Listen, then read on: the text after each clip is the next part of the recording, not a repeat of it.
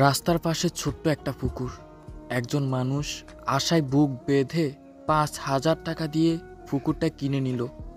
ভাবলো পানি ফেলে দিলে নিশ্চয়ই অনেক মাছ পাবো, যেখান থেকে ভালো লাভও হবে। দিনভর কষ্ট করে পানি ফেলে দিল সে। ঘেমে ক্লান্ত হয়ে দাঁড়িয়ে পুকুরের দিকে তাকিয়ে আছে। মনে মনে শুধু একটাই আশা, হয়তো এবার ভাগ্য খুলবে। শেষে কিছু মাছ পাওয়া গেল ঠিকই, কিন্তু হাতে তুলতে সে বুঝে গেল এগুলো দিয়ে তো ৫,০০০ তো দূরের কথা, খরচের অর্ধেকটাই উঠবে না। তার মুখটা নিভে যাওয়া প্রদীপের মতো থমকে গেল। স্বপ্ন ছিল অনেক, কিন্তু হাতে এলো সামান্য, যা লসের পাহাড়টাও ঢাকতে পারল না।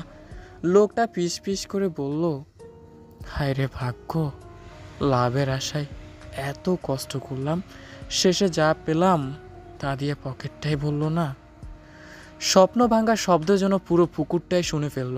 কখনো কখনো লাভের আশায় ছুটলে মেলে শুধু কষ্ট আর আফসোস।